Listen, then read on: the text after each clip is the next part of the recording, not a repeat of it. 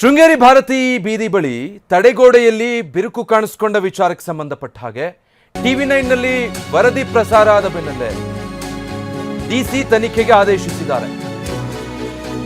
ಈ ಸಂಬಂಧ ತನಿಖೆ ಆಗೆ ಅಂತ ಹೇಳಿ ಚಿಕ್ಕಮಗಳೂರಿನ ಡಿಸಿ ಮನ್ವರ್ ಸಿಂಗ್ ಮೀನಾ ಆದೇಶ ಹೊರಡಿಸಿದ್ದಾರೆ. ಪಿಡಬ್ಲ್ಯೂಡಿ ಇಲಾಖೆಯ ಗುಣಮಟ್ಟದ ನಿಯಂತ್ರಣ ಇಲಾಖೆಯ ಎಡಬ್ಲ್ಯೂ ತಾಂತ್ರಿಕ ತಜ್ಞರನ್ನು ಒಳಗೊಂಡ ವಿಶೇಷ ತಾಂತ್ರಿಕ ಸಮಿತಿಯನ್ನು ರಚನೆ ಮಾಡಲಾಗಿದೆ. ಸ್ಥಳಕ್ಕೆ ಭೇಟಿ ಕೊಟ್ಟು ಏನಾಗಿದೆ ಅನ್ನೋದನ್ನ ಪರಿಶೀಲಿಸಿ ವರದಿ ಕೊಡಿ ಅಂತ ಸೂಚನೆ ಕೊಟ್ಟಿದ್ದಾರೆ.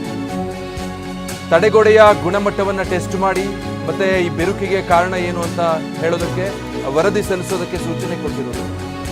3 ದಿನಗಳಲ್ಲಿ ವರದಿ ಸಲ್ಲಿಕೆ ಮಾಡುವಂತೆ ಜಿಲ್ಲಾಧಿಕಾರಿ ಸೂಚನೆ ಕೊಟ್ಟಿದ್ದಾರೆ.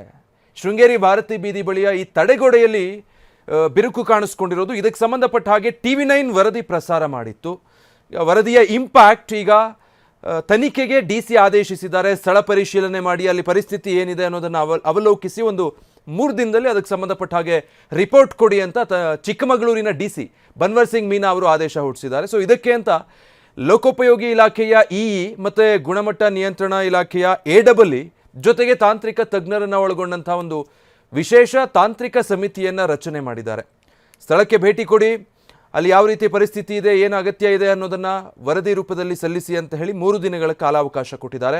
ಟಿವಿ9 ಬಿಗ್ ಇಂಪ್ಯಾಕ್ಟ್ ಇದು. ಟಿವಿ9 ಇದಕ್ಕೆ ಸಂಬಂಧಪಟ್ಟ ಹಾಗೆ ಸುದ್ದಿ ಪ್ರಸಾರ ಮಾಡಿತ್ತು.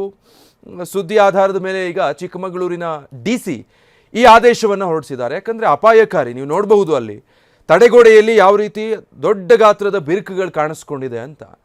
ಒಂದು ವೇಳೆ ಏನಾದರೂ ಹೆಚ್ಚಿನ ಮಳೆ ಇರೋದ್ರಿಂದ ಅನಾಹುತಗಳಾದರೆ ಬಹಳ ದೊಡ್ಡ ಬೆಲೆ ತೆರಬೇಕಾಗುತ್ತೆ. ಅದಕ್ಕೆ ಮುಂಚೆನೇ ಎಚ್ಚೆತ್ತುಕೊಂಡ್ರೆ ಒಳ್ಳೆಯದು. ಹೀಗಾಗಿ ಟಿವಿ9 ಕ್ಯಾಮೆರಾ ಕಣ್ಣಿಗೆ ಸಿಕ್ಕಂತಹ ಈ ದೃಶ್ಯವನ್ನು ನಾವು ವರದಿ ಮಾಡಿದ್ವಿ. ಈಗ ಡಿಸಿ ಸಂಬಂಧ ತನಿಖೆಗೆ ಆದೇಶಿಸಿದ್ದಾರೆ.